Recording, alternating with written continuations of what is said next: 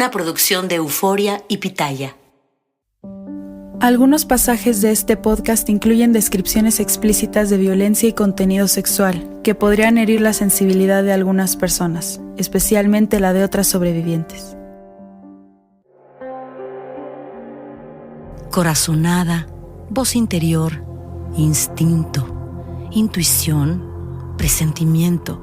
En inglés le dicen escucha a tu gut, a tus tripas, tu intestino. Sí, ya sé que no suena muy poético al traducirse, pero es una gran verdad. Porque es en nuestra zona abdominal donde, debido a las miles de terminaciones nerviosas que ahí existen, almacenamos gran cantidad de sensaciones y verdades que nuestro corazón traicionero nos niega y que nuestra mente, débil en ocasiones, rechaza.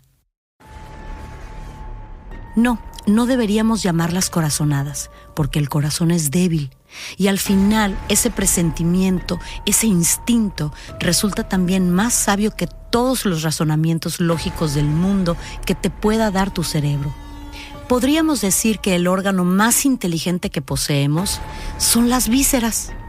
Yo la última vez que escuché esa voz desde lo más profundo de mi ser fue en un aeropuerto. Tras años de abandonar y hacer sufrir a mi mamá, la abracé antes de subirme a aquel vuelo a España y lo supe. No te vayas, esta es la oportunidad de quedarte y acabar con todo. No te sueltes de estos brazos porque lo que te espera a partir de ahora es 10 veces peor. Y mi débil corazón me engañó. La mente me convenció y me solté de ese abrazo. Y yo lo supe. Ya no había marcha atrás.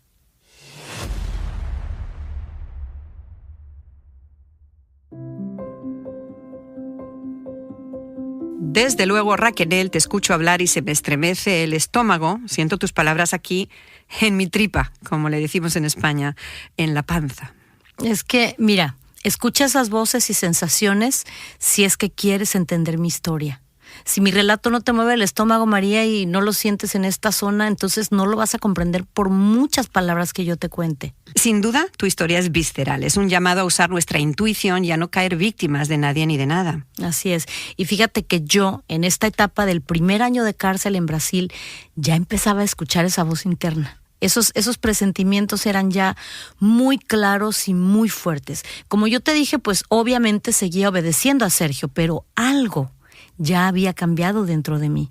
Exacto, y lo estamos sintiendo. Gloria, Sergio y tú fueron apresados en enero de este año 2000, donde continúa tu relato hoy. Los cargos que presentó la Procuraduría de Chihuahua en México fueron rapto, abuso y violación de una menor a raíz de las denuncias de los padres de Karina Yapor.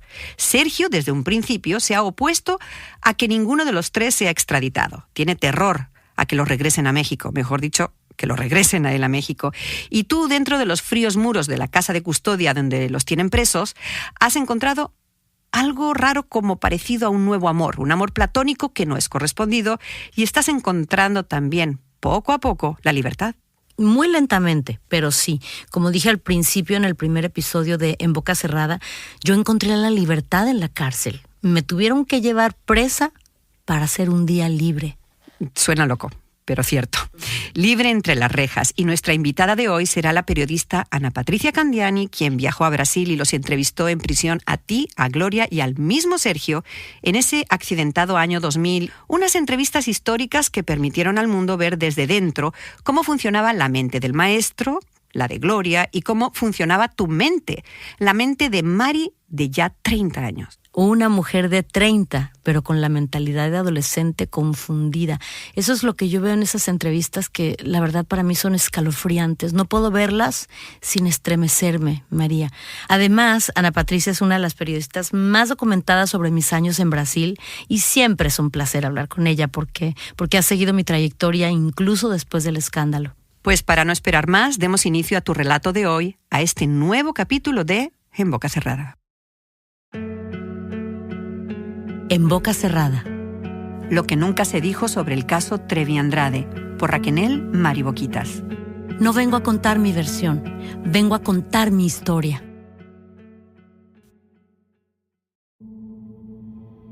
Lo vimos entrar por el largo corredor una tarde. Estaba muy delgado, todavía caminaba un poco tembloroso y con los hombros caídos. De lejos parecía insignificante. ¿Cómo ese hombre había podido imponerse a tantas vidas hasta controlar cada respiración y cada pensamiento de decenas de seres humanos? Sergio ya no era el maestro arrogante que siempre fue. La cárcel y la enfermedad que acababa de superar se estaban cobrando su precio. Espero que se hayan portado bien y no hayan andado de chistositas con estos tipos. Quiero que me den sus reportes al rato. Fue lo primero que nos dijo con su acostumbrado tono irónico. Eso no lo había perdido. Tras un tiempo en el hospital, durante el cual no supimos mucho de él, los doctores habían logrado controlar su síndrome de Guillain-Barré y con terapia física volvió a caminar y a recuperar fuerza en los brazos. Pero no la suficiente para darme cinturonazos como antes. Pensé, cada vez más valiente, al menos por dentro en mi cabeza. Sergio no fue el único que hizo entrada triunfal por esos días. Otro individuo cruel, complicado y 1000 veces más poderoso que el cansado y derrotado exmaestro estaba por entrar por ese pasillo de techo alto donde los pasos resonaban con estruendo.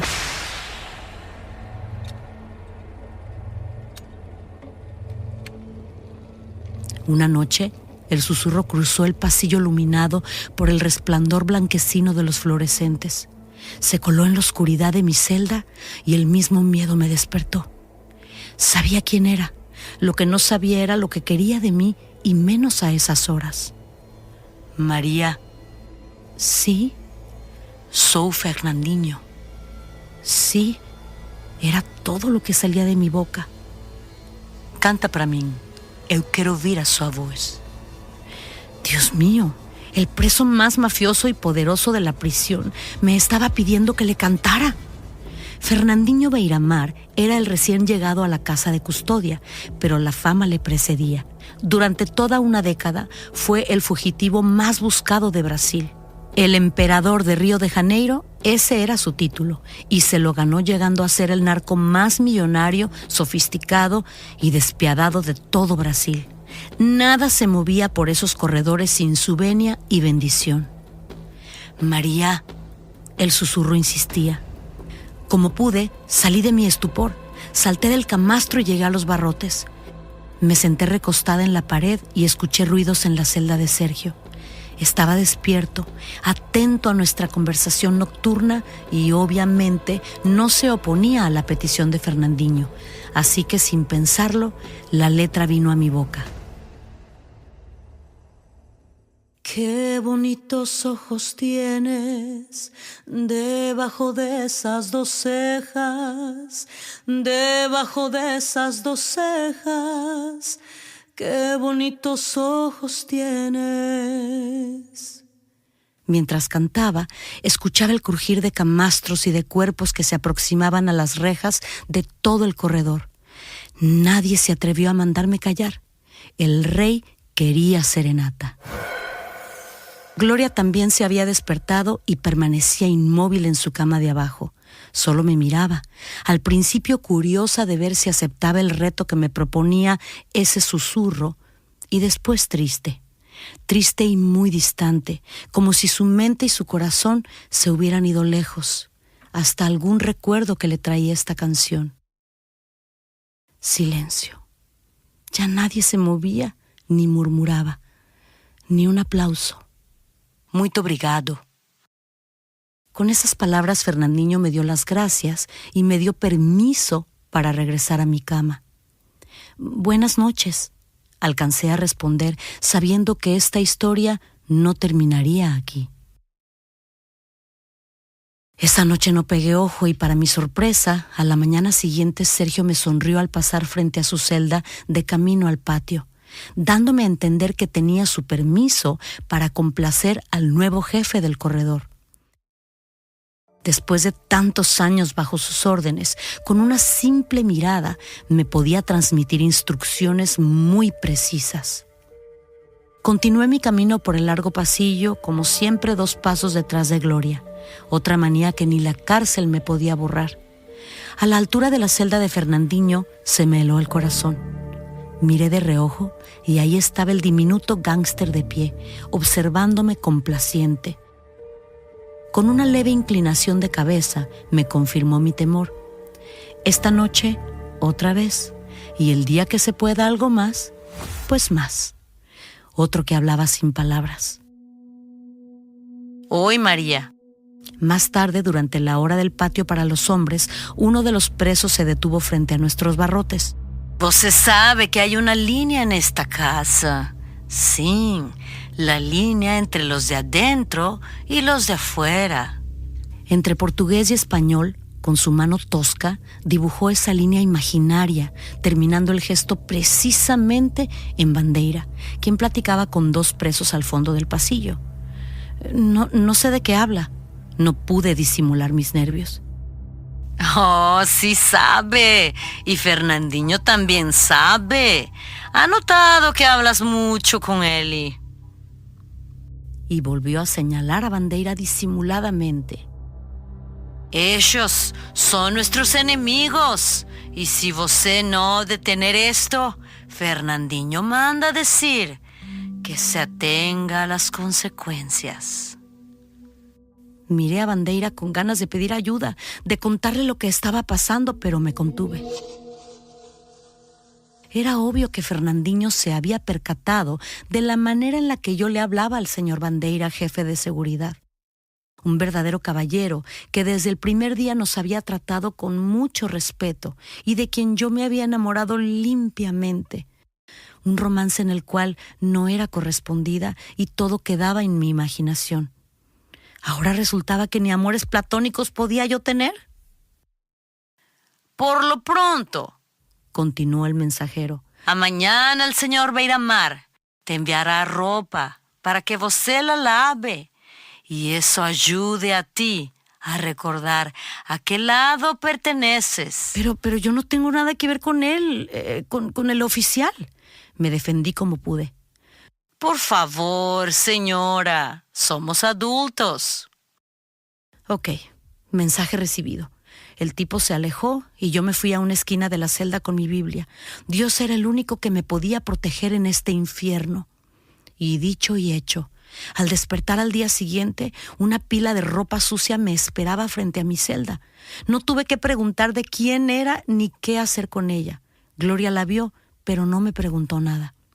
Más tarde, cuando lavaba esos calcetines y calzones sucios de un total desconocido, me preguntaba, ¿sería esta mi suerte? ¿Tendría que ceder a los deseos de Beiramar para salir con vida? Desde la última vez que estuve con Sergio, no había mantenido relaciones con nadie más. Es difícil de explicar, pero es cierto. El contacto físico me daba pavor, y más con un extraño que había matado a decenas de personas.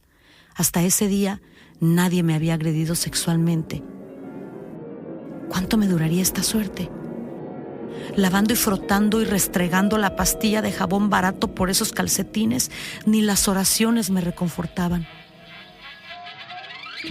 Todo eran preocupaciones, temores y peligros, y no solo fuera de nuestra celda, dentro de esas 4 paredes en las que en ocasiones hospedaban temporalmente a otras presas que estaban en espera de juicio. Gloria se hundía más y más en su intensa depresión, y yo seguía sintiéndome responsable de que no hiciera ninguna locura. Me partía el alma verla así, tirada en su cama, mirando al techo de la litera y llorando en silencio. Sentía que lloraba más por Ana Dalai que por la maldita cárcel. Yo más que nadie la conocía y sabía que Gloria había sufrido mucho. Al final de esta interminable odisea, Gloria también sufrió en este infierno que nos había arrastrado hasta esta fría celda. Ante esta terrible depresión, yo como precaución le arrancaba las cuchillas a los rastrillos que nos permitían tener para nuestro aseo personal y me aseguraba que no hubiera nada filoso a la mano. Durante una temporada nos pusieron en nuestra celda a otra de estas reclusas que estaban de paso por la casa de la custodia, e incluso a ella le tuve que pedir que escondiera sus rastrillos y cualquier otra cosa que sirviera para cortar. Al final, gracias a Dios, Gloria no intentó nada, pero juro que nunca la había visto tan mal y sentí que la perdía. Mari y Gloria Gloria y Mari, con nuestra extraña hermandad y nuestras desavenencias, pero siempre juntas. Hay relaciones que no elegimos, pero que terminan marcándonos la vida y enseñándonos grandes lecciones. Esa fue Gloria para mí, con lo bueno y con lo malo que nos tocó afrontar. Y ahora, esta persona tan importante en mi vida se perdía en esa miserable litera sin quitar la vista de ese techo lleno de feas grietas y negras goteras. En este tétrico decorado no paraban de ir y venir personajes no menos tétricos. Entre ellos apareció un tipo llamado Marcelo Borelli, a quien habían arrestado tras un sonado robo de lingotes de oro en un aeropuerto. Borelli tenía fama de ser muy cruel y violento y pronto hizo honor a su reputación. Al poco tiempo de su llegada, logró organizar a un grupo de prisioneros y cuando regresaban todos del patio, formó una revuelta en el pasillo.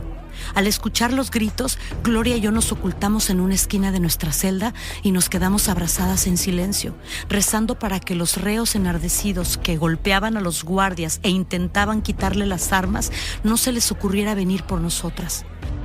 El pánico me paralizaba las piernas. Juro que si hubiera tenido que salir corriendo, no hubiera podido. Fueron horas de ruidos, golpes y estridentes alarmas, mientras que las fuerzas del orden rodeaban el edificio y nos mandaban consignas por los altavoces. Cuando finalmente Gloria y yo nos atrevimos a acercarnos a los barrotes para echar un vistazo al pasillo, utilizamos un CD como espejo y sacándolo entre las rejas, pudimos alcanzar a ver hasta el fondo del corredor, donde Borelli, el cabecilla, tenía a Bandera atado a una silla y lo amenazaba constantemente. En medio del caos, Sergio, que de alguna manera había podido salir de su celda, pasó por delante y nos hizo un gesto de que todo estaba bien y que regresáramos a nuestro rincón en silencio. Antes me cercioré de que nuestra puerta seguía cerrada, aunque imaginé que Borelli y sus hombres ya tenían todas las llaves en su poder. Desconozco las razones del motín y cuántos resultaron heridos cuando, entrada la noche, la policía logró entrar al pabellón donde nos encontrábamos y forzar a Borelli y a sus secuaces que se rindieran. Solo sé que Bandera salió ileso, al menos en esta ocasión. Esa noche, una vez que todos regresaron a sus celdas y el pasillo quedó custodiado por varios policías uniformados, no pude dormir.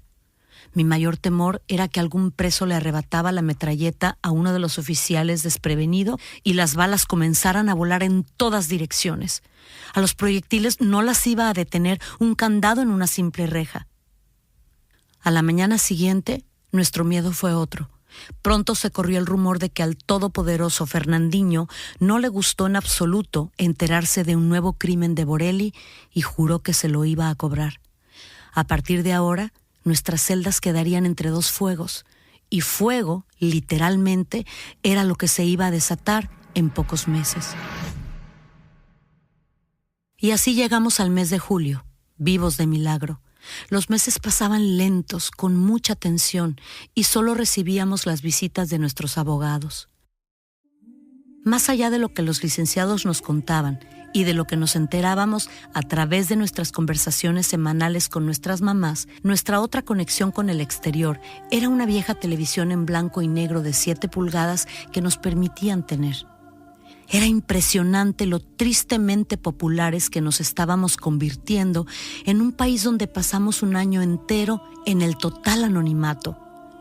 Nuestro arresto acaparaba titulares y poco a poco nos fuimos enterando de lo que estaba pasando con el resto de las chicas. Según las noticias, las 3 hermanas de la Cuesta y Sonia, cuyas visas estaban vencidas, fueron enviadas junto con sus bebés a México a los pocos días de nuestro arresto. Como dije, en cuanto Katia llegó a la Ciudad de México, fue arrestada bajo los mismos cargos que Gloria y que yo. También supimos que Liliana había regresado a Argentina y con ella se habían ido Sonia y Wendy. Esta última dio a luz allí a su bebita María Miel. Y Karina, quien en febrero testificó ante las autoridades mexicanas que Sergio no había cometido ningún delito, ni nosotras tampoco, ahora, en junio, más liberada de la influencia del maestro y al sentirse arropada por su familia y su equipo legal, empezó a hablar. y a contar las penas y calvarios que vivió junto a Sergio. A las denuncias de Karina, poco a poco, se le empezaron a sumar las de las hermanas de la Cuesta y otras chicas del pasado, como las hermanas Zúñiga desde Chile. La reacción en cadena era imparable, y en mi cabeza, todavía enferma, injusta. Y en este torrente de denuncias, revelaciones y secretos que dejaban de ser secretos, Gloria y yo quedamos enredadas legalmente, enredadas y unidas en un charco de historias morbosas donde todo se tiñó del color de la venganza. Por un lado, Gloria y yo llamando a nuestras acusadoras traidoras, incapaces de ver la realidad desde afuera, y por otro lado, ellas acusándonos de cosas que hicimos, de cosas que no hicimos y de cosas que ellas mismas también hicieron. En mi cabeza, todavía enferma y confundida, no comprendía por qué nos equiparaban con nuestro abusador, si ellas más que nadie sabían cómo eran las cosas dentro del grupo. Ahora ya no se trataba del mundo contra nuestra familia. Ahora eran todas contra todas y sálvese quien pueda. Mientras, Sergio no dejaba de autonombrarse víctima de todas nosotras al ver esos descarnados titulares en los que las acusaciones atroces volaban de lado a lado. Por sus comentarios egoístas e irónicos, daba la sensación de que se regocijaba de ser el centro, el artífice, el protagonista de este drama de dimensiones descomunales, drama que a nosotras nos continúa dividiendo hasta hoy. Karina, Wendy y las 3 hermanas de la Cuesta no fueron las únicas que revelaron secretos muy íntimos y escandalosos frente a los medios. Sergio, con su ego indomable, también se sentó frente a las cámaras en ese verano. Para entonces ya se habían instalado en Brasilia decenas de corresponsales de televisoras de diferentes países. Yo recuerdo participar en una especie de rueda de prensa junto a Gloria y a Sergio, y recuerdo hablar poco, con un hilo de voz agudo que no reconozco hoy. ¿Quién es esa chica pálida que no se atrevía a mirar a nadie a los ojos? Sergio fue, lógicamente, quien decidió que solo él y Gloria hablarían con los periodistas y que yo me limitara a contestar solo si me preguntaban directamente. Él, lógicamente, se asignó la gran entrevista exclusiva donde reveló que, en efecto, había tenido una bebé con Gloria y donde repitió hasta el cansancio que nunca obligó a ninguna chica a seguirlo ni a mantener relaciones, que ellas así lo quisieron y como prueba tenía esas famosas cartas de amor donde le rogaban y le imploraban que las amara y que las dejara a su lado.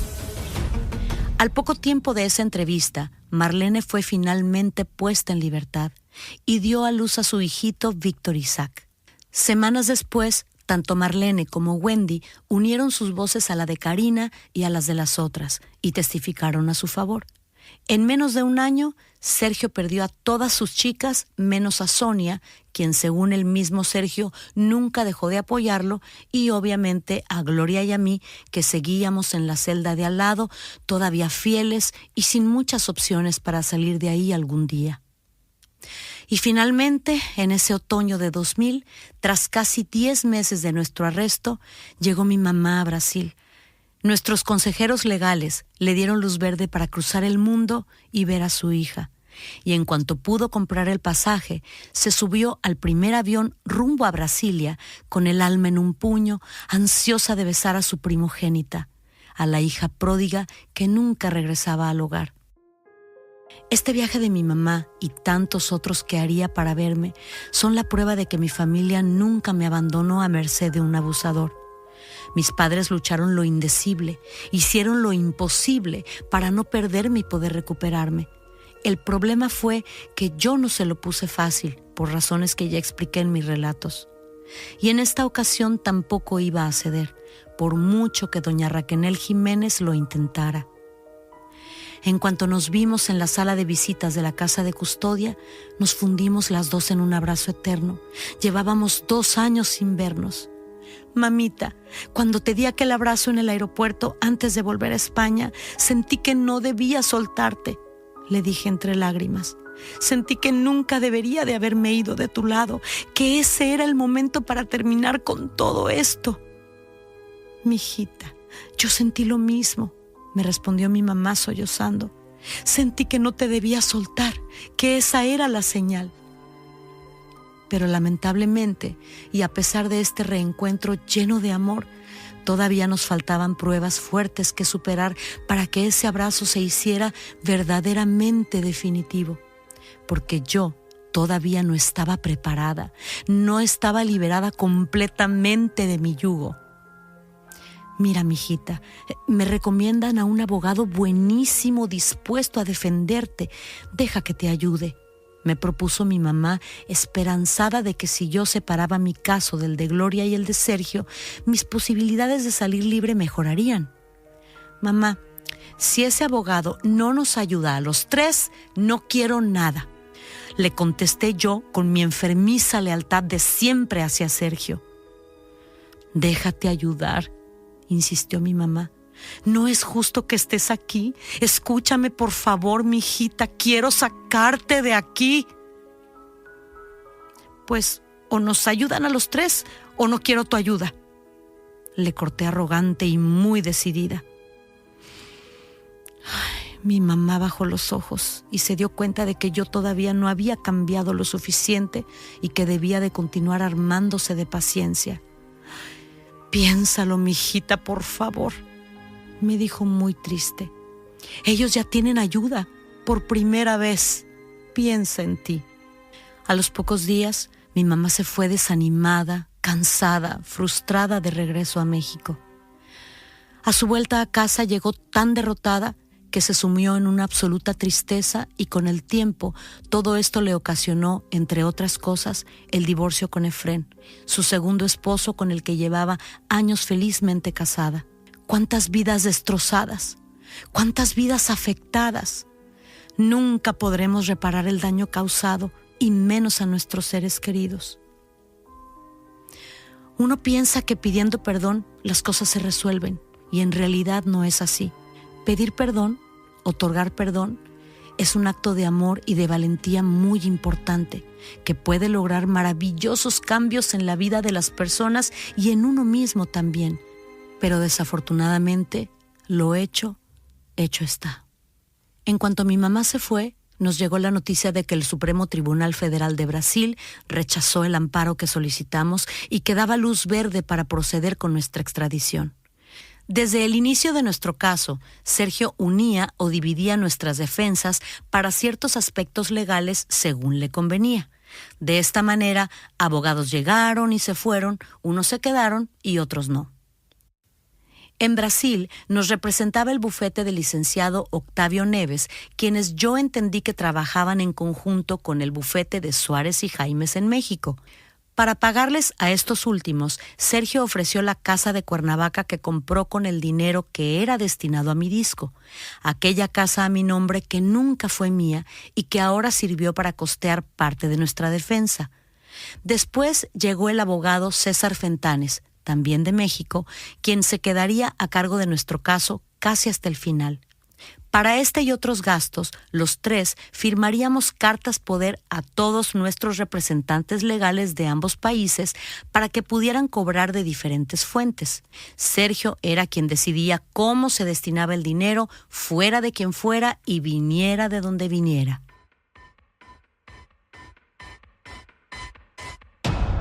Feliz 2001. Recibir el año nuevo en una celda es algo irónico, que raya en lo sarcástico. Mientras el mundo pasa páginas en el calendario, tú estás atorada en un lugar donde el reloj no funciona y te sientes flotar en un vacío donde nada importa que sea martes o sábado. En febrero, nuestro equipo legal solicitó a la Comisión Nacional de Refugiados que nos otorgaran a los tres estatus de refugio para poder detener la orden del Supremo Tribunal de continuar con nuestro proceso de extradición. Yo, en todas las reuniones con nuestros abogados, callaba. No estaba de acuerdo con la mitad de las cosas que decía Sergio, pero todavía no tenía el valor para opinar ni para reclamar, y mucho menos de decidir por mí misma. Si hubiera tenido ese valor, les hubiera dicho: extradítenme a mí mañana mismo y ya. Prefiero estar presa en México que aquí. y estoy segura que en México puedo esclarecer las acusaciones en mi contra. Gloria se atrevió a decirlo desde el principio, pero Sergio no le permitió seguir adelante con su plan. Sergio, lo mejor es que yo regrese a México y así lo puedo aclarar todo desde allá, proponía Gloria de manera razonable. Desde México yo los puedo ayudar a los dos. No, ni hablar. Si me llevan a México me van a matar. ¡Me van a matar!, repetía Sergio, completamente obsesionado con la muerte y aterrorizado de poner un pie allá. Y a ustedes también las matarán. A alguien pagará para que nos maten. Y si me dejan solo, me matarán acá en Brasil. Y de esta manera, de nuevo, con la táctica cobarde de me voy a morir, no me abandonen, si algo me pasa será su culpa, Sergio nos retuvo a su lado y prolongó nuestros días de cárcel a casi 5 años en total, cuando lo más probable, y lo que opinaban casi todos nuestros asesores legales, era que Gloria y yo hubiéramos pasado tan solo un par de meses en detención si hubiéramos aceptado la dichosa extradición desde el primer día. Pero ni ella ni yo estábamos para ver y comprender esto. Así que aceptamos la guerra legal que Sergio interpuso durante más de 2 años para evitar ese temido viaje de regreso a México. Viaje con el cual yo soñaba en secreto, y creo que Gloria también. Verano de 2001. La lucha contra la extradición continuaba, aunque cada vez nos quedaban menos recursos con los que apelar. Las puertas se iban cerrando una a una, pero por lo menos Gloria comenzaba a ocuparse más tiempo trabajando en nuestra defensa y en lo que estaba pasando, y siento que esto le ayudaba a ir saliendo poco a poco de su gran pena. Ahora hablaba más, sonreía un poco e insistía en la idea de tener un bebé. No paraba de decir que quería ser mamá de nuevo. Yo la apoyaba. Le decía que era un gran sueño y que cuando saliéramos de prisión lo podría haber cumplido y que estaba segura que además eso la ayudaría a sanar un poco la enorme herida que le había dejado Ana Dalai. Lo que nunca pensé es que hay sueños que no esperan por la razón que sea y que se cumplen en los momentos más difíciles, porque aquí todo iba a estallar de golpe. Las revueltas y los motines no se habían terminado, y en pleno caos se iba a dar el tan anhelado milagro de vida. 10, 11 y 12 de septiembre del 2001. Otros 3 días que jamás olvidaré. Todo empezó con ruidos y cuchicheos de los presos en el patio. Y de pronto, como por arte de magia, un buen número de presos asaltaron a Borelli en el corredor y le dieron la paliza más brutal que jamás se puedan imaginar. Estaban ajustando cuentas de la única manera que sabían hacerlo, con sangre. Nosotras, enroscadas cada una en su litera, permanecimos de nuevo en silencio, muertas de miedo, hasta que llegaron los guardias y regresaron a los agitadores a sus celdas, mientras los paramédicos se llevaban a Borelli, moribundo, a un hospital. Jamás olvidaré el nauseabundo olor a sangre regada por todo el pasillo, ni los tormentosos gritos de odio y de dolor. Al día siguiente, día 11, el mundo entero recibiría la más brutal de las noticias, el colapso de las Torres Gemelas en Nueva York. A la mañana siguiente, cuando el mundo lloraba las miles de vidas perdidas en los ataques terroristas más destructores de la historia y la nube de humo cubría el cielo de Manhattan, nosotras todavía podíamos sentir el olor a sangre de los charcos que quedaron por todo el pasillo tras la impresionante paliza que recibió Borelli. Y para nuestra sorpresa, en 24 horas más, 2 oficiales trajeron al maltrecho preso de vuelta a su celda, vendado de pies a cabeza. Era obvio que alguien había firmado su sentencia de muerte. En cuanto se fueron los guardias, de nuevo escuchamos ruido de las llaves y pasos furtivos, y un puñado de presos volvieron a escabullirse y le prendieron fuego al maltrecho Borelli, aventándole periódicos en llamas. Imposible olvidar el indescriptible olor a piel quemada y los gritos que daba. De milagro, el hombre logró meterse debajo del chorro de agua de su ducha y pudo sobrevivir hasta que reaparecieron los guardias y lo trasladaron a otro hospital, esta vez para no volver.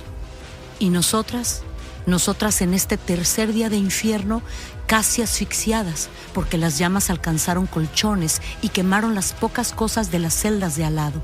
El pabellón entero se llenó de un humo tan espeso que apenas se veían las luces. Afortunadamente, los bomberos llegaron a tiempo, abrieron nuestra celda y al salir pidieron que nos tiráramos al suelo encharcado del agua de las potentes mangueras. Había tanto humo que perdí el conocimiento y me quedé ahí tendida, en los enormes charcos. Minutos después, solo recuerdo la voz de Bandeira preguntándome si estaba bien, y entre él y un bombero me ayudaron a ponerme de pie y me encaminaron al patio, donde empecé a respirar y a toser, tos que me duró varios días, y a Gloria también. Como en una clásica película de amor, mi galán secreto se había convertido en mi héroe, rescatándome de aquel caos infernal.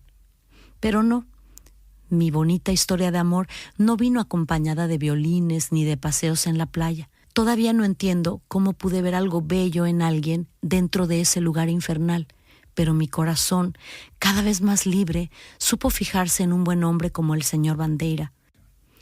No sé si alguna vez supo lo que yo sentía por él, ni cuánto me ayudaron sus palabras, sus cuidados y sus consejos. Hay veces que ni aunque esté decretado por otros te vas.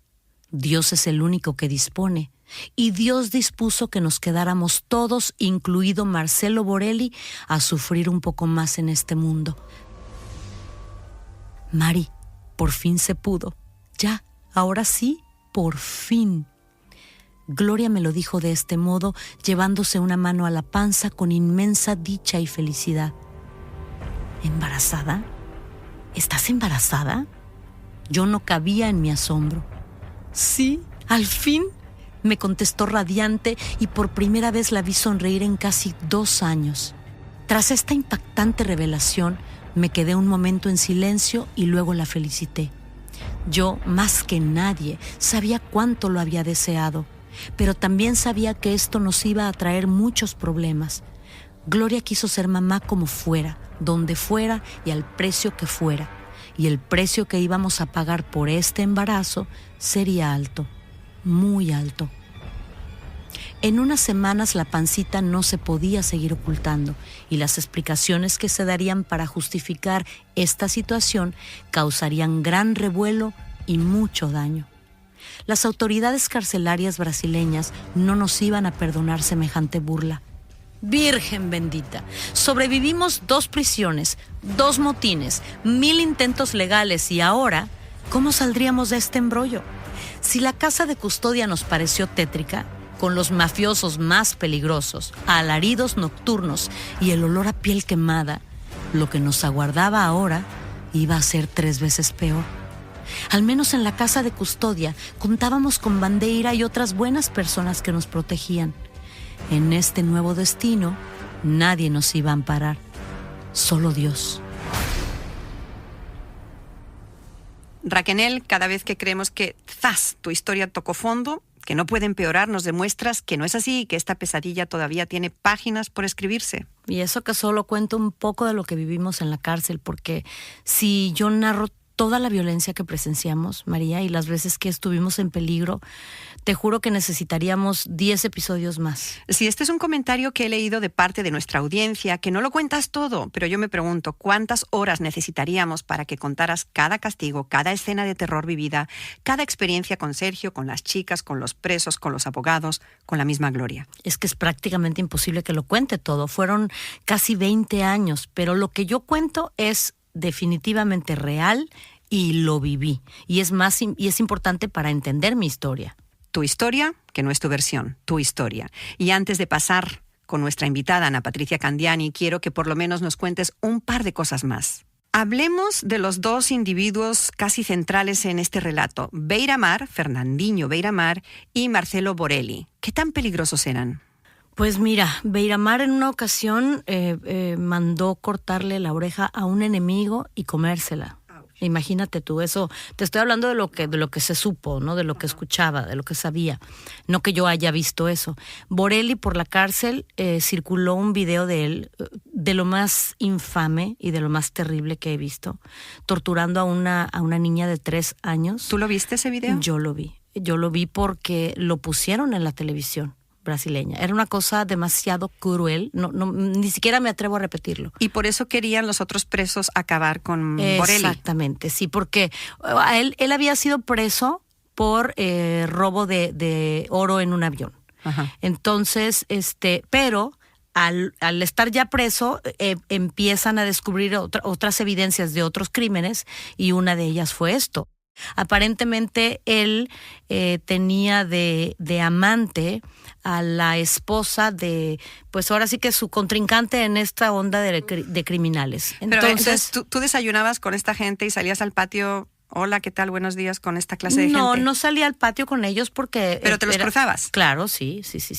Hablando de Borelli, un día se acercó a mi celda y me regaló un libro. O sea, eran mis compañeros de vida en ese momento. Yo no pertenecía a ese mundo, pero era un mundo en el que me había tocado vivir y al que me tenía que adaptar de la mejor manera. ¿Y te regaló un libro religioso? Me regaló un libro de esos que tienen pensamientos diarios. Intuyo que Borelli ya no sabemos nada de él, pero Beiramar todavía va a continuar en la historia. Sí, va a continuar. Vienen cosas muy fuertes que les voy a contar acerca de Fernandinho Beiramar. Del embarazo de Gloria. Raquel, ¿cómo no sabías de cuántos meses estaba Gloria embarazada si compartían espacio 24 horas al día? Te lo explico mejor, María, en el próximo episodio de En Boca Cerrada. ¿Promesas? Cumplidas. Ahora sí, saludamos a Ana Patricia Candiani, actualmente es presentadora de noticias en Univisión 41 en Nueva York, pero es una periodista con una larga trayectoria en los medios en español en Estados Unidos que en esos años 2001, 2000, 2002 cubrió el escándalo desde primera fila para el programa Ocurrió Así como presentadora principal de la cadena Telemundo. Hola, Ana Patricia. ¿Qué tal? Hola María, Raquel. Mi amor, gracias por estar con nosotros.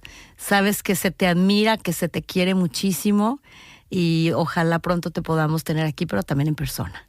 Se vieron el 11 de septiembre del 2001 cuando tú fuiste a entrevistar a Gloria dentro de la casa de custodia. ¿Viste a Raquel? La vi antes de la entrevista. Yo fui primero a visitar a Gloria antes de que tuviéramos el encuentro ya para la televisión y ahí estaba María Raquel, Mari Boquitas. Era la primera vez que la vi en persona y la recuerdo perfectamente. ¿Tu impresión? Una jovencita extremadamente delgada, con unas ojeras profundas y con unos ojos de tristeza enormes. ¿Qué impresión te dio Gloria? ¿Qué impresión te causó Sergio? En la primera entrevista con Gloria y en la primera vez que la vi, son muchas emociones encontradas con respecto a Gloria. Ves que es una mujer que está tratando de contarte su versión, ves que es una mujer que está alienada, igual que Mari cuando finalmente los entrevisté a los tres. Sergio, ¿te dio alguna instrucción antes de sentarte con Ana Patricia? En esa ocasión no, pero sí, obviamente, me la había dado antes de empezar todo esto, de nos van a venir a entrevistar, es muy probable que pregunten y todo, ya sabes lo que tienes que decir, lo que tienes que hacer. Así de sencillo. Así de claro. Sabía que era muy difícil que me contestaran con absoluta verdad. Sentía como de alguna forma tenían respuestas elaboradas. Y Sergio Andrade me dio la misma impresión que tenía a través de los medios de comunicación, lo que había visto sus declaraciones, un hombre que intenta ser carismático, un hombre que intenta imponerse y decirte las cosas como él las ve, y un hombre que niega la realidad. A mí me impresionaron varias de sus respuestas, nunca se me va a olvidar, especialmente cuando me dijo que él era víctima de esas mujeres. Y yo le pregunté, ¿tú eres víctima? Y su respuesta me dejó todavía más impresionada porque fue, claro, emocionado. Él me dice, claro, porque cuando te hacen el amor de la forma que nadie te ha hecho el amor, Y recuerdo que yo le pregunto, ¿se terminó el amor con Karina Yapor? Y él me dice, no es que se haya terminado el amor, y empieza a elaborar, pero cuando yo después le vuelvo a decir sobre el amor, él me dice, pero yo no dije que era amor. Es un tipo que es hábil en empezar a tratar de, ya no sé ni qué me dijiste, ni cuándo me dijiste, ni de qué estábamos hablando. Entonces, la verdad es que sí era una presión mental muy fuerte, sobre todo porque además tenía 3 personas y también Gloria es extremadamente hábil. Y Mari, ella callada, hasta que yo realmente la abordaba ella, ¿no? Lo que María Raquenel me dijo en esa entrevista, o lo que María Raquenel me dijo en una entrevista años después en Los Ángeles, es otra persona. Y ahorita es otra persona, porque va en ese proceso, y lo veo así yo, de sanación. Y qué bueno que hay una evolución, porque imagínate si nos hubiéramos quedado todos. Y digo evolución también en nosotras como periodistas, Ana Patricia, un poco, ¿qué crees que se contó mal en esta historia? ¿Dónde fallamos como medios y como público? ¿Qué es lo que no vimos en ese 2001? Era muy difícil ver, María, y yo mucho me he preguntado qué más hubiera dicho, qué más hubiera indagado. ¿Por qué? Porque los que sabían la verdad eran 3 personas que estaban encerradas en una cárcel y que no la iban a contar, mucho menos a la prensa. Entonces, ¿qué pudimos haber hecho mejor? Es muy difícil decirlo, María. Es estar rascando información que no sabes dónde está. Sí creo que hay gente que se ensañó, sí creo que hay gente que se aprovechó, pero creo que también muchos intentamos hacer un trabajo periodístico decente. Y también él te daba a entender en esa entrevista de que, eran ellas las que me buscaban. Y lo que te digo, que me dijo que era víctima porque además le hablaban bonito, le hacían bien el amor. Y en el caso de Karina es él, un hombre, en las entrevistas que está publicada no viene ese pedazo, pero yo me acuerdo perfectamente bien que básicamente él culpaba a Karina de haberlo conquistado. Y luego haberlo traicionado. Un hombre de tu edad, con tu edad, esta chamaquita es la que te sorprende, a un famoso productor. Palabras más, palabras menos, le dije, no me acuerdo, honestamente, y no sé dónde quedó esa parte del material, pero ahí sí que de verdad es como, por favor, cuéntame otra historia, porque esta, no. Raquenel, ahora que ya empiezas a recordar dónde estaba Ana Patricia en esos días y luego a los meses te entrevistó en esa famosa entrevista de los 3 sentados con ella. Hago la aclaración acá, María. Fue septiembre 12 del 2000 que yo entrevisto a Gloria en la cárcel sola, por 2 horas la entrevista. Septiembre 11, día del ataque terrorista en Estados Unidos, del 2001, es que los entrevisto a los 3. Pasó un año entre una entrevista y la otra entrevista. En esta entrevista del 11 de septiembre del 2001, esta fecha tan señalada a nivel mundial, Raquenel, tú acababas de sobrevivir literalmente 2 motines muy peligrosos, uno tras otro seguido, casi, y te sientas con una periodista que viene de Estados Unidos a hacer una gran entrevista. ¿Qué recuerdas de Ana Patricia? ¿Qué sensaciones? ¿Qué memorias de ese día? Me acuerdo muy poco, la verdad. O sea, sí la ubiqué a ella. Me acuerdo que me gustó mucho su cabello. Siempre me ha gustado el cabello así, cobre rojo, muy amable, obviamente, muy en su trabajo, muy profesional. Pero la verdad, como lo he dicho en otras ocasiones, en mi cabeza estaba te lo juro, desde que empezaba la entrevista, o sea, sí tenía que poner atención, pues para ver por si me preguntaba algo a mí, pero mi mente era simple y sencillamente cuidar mucho lo que tenía que contestar en caso de que me preguntara. Mi cabeza estaba completamente enfocada en eso, en no regarla, porque como bien dice Ana Patricia, aparte de que había que cuidar no meternos en más problemas, porque ya estábamos en prisión y no podíamos meternos más en el agujero, aparte de todo, pues obviamente tenía que negar la situación por la que estaba yo pasando y ser sincera en ese sentido. Siempre fui honesta en aquello que tenía que ver con mis sentimientos. o con las intenciones con las que había hecho alguna cosa, pero definitivamente mentí en muchas ocasiones defendiendo el punto y defendiendo una historia que estaba entrenada a contar. Como periodista te querría preguntar, si tuvieras que contar hoy esta historia de nuevo, ¿qué le cambiarías en la narrativa? Yo creo que la contaría igual, fíjate, María, porque no sé si tendría más herramientas, porque me imagino que si regresáramos a esa cárcel, igual ellas tenían la misión de defenderse y él tenía la misión de mostrarse como víctima. Entonces, no sé cómo la podría contar diferente. Lo único que sí sé es que me apena el sufrimiento de todos los involucrados, de todas las víctimas. Es una historia que rompe el corazón como ser humano, pero que además es una historia que fue muy escandalosa, pero que puede ser la historia de muchas mujeres. Hombres que destrozan emocional y mentalmente a las mujeres. 2 mujeres hablando de corazón a corazón. Les mando un abrazo enorme, de verdad. Eres una bella. Sí, y es un abrazo al corazón. Ahí es donde Amén. tiene que estar el abrazo.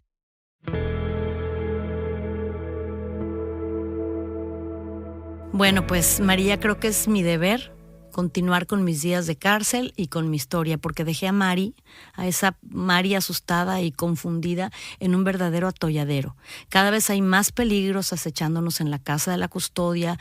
Gloria está embarazada y esto nos va a traer serias consecuencias a las dos. Un embarazo que hasta hoy sigue rodeado de mucho misterio. ¿Cómo sucedió? ¿Quién fue el padre? ¿Qué supiste tú de todo esto? ¿Y qué es lo que nos vas a contar de este pasaje en el siguiente episodio? Así es, mira, como lo he dicho en otras ocasiones y es importante aclararlo, todo lo que estoy contando respecto a... es lo que estoy hablando yo es mi historia. Y lo que cuento de otras personas que estuvieron alrededor de mí, hay cosas que tengo que contar porque es necesario, porque ha habido muchos malos entendidos. Pero siempre, como también lo he dicho, con muchísimo respeto y sobre todo para que a cada quien le corresponda contar lo que quiera. Bueno, te admiro porque llevas toda una vida caminando en esa fina línea, que si cuentas mucho, que si cuentas poco, pero a la vez mi deber es pedirte que cuentes, al menos los pedazos necesarios para que entendamos esta odisea. Y te los contaré con la verdad y hasta donde no hiera a nadie con mis palabras, porque ya bastante daño se ha hecho con todo esto. Pues con esa complicada promesa de hablar lo que se tiene que hablar, pero sin causar daño, nos despedimos hasta el siguiente episodio de En Boca Cerrada. En Boca Cerrada es una producción original de Euphoria Podcasts y Pitaya Entertainment. Escucha En Boca Cerrada en el app de Euphoria o donde sea que escuches podcasts. Si estás en riesgo o conoces a alguien que pueda estarlo, visita humantraffickinghotline.org o llama al 1-888-373-7888 para más información o apoyo. En boca cerrada.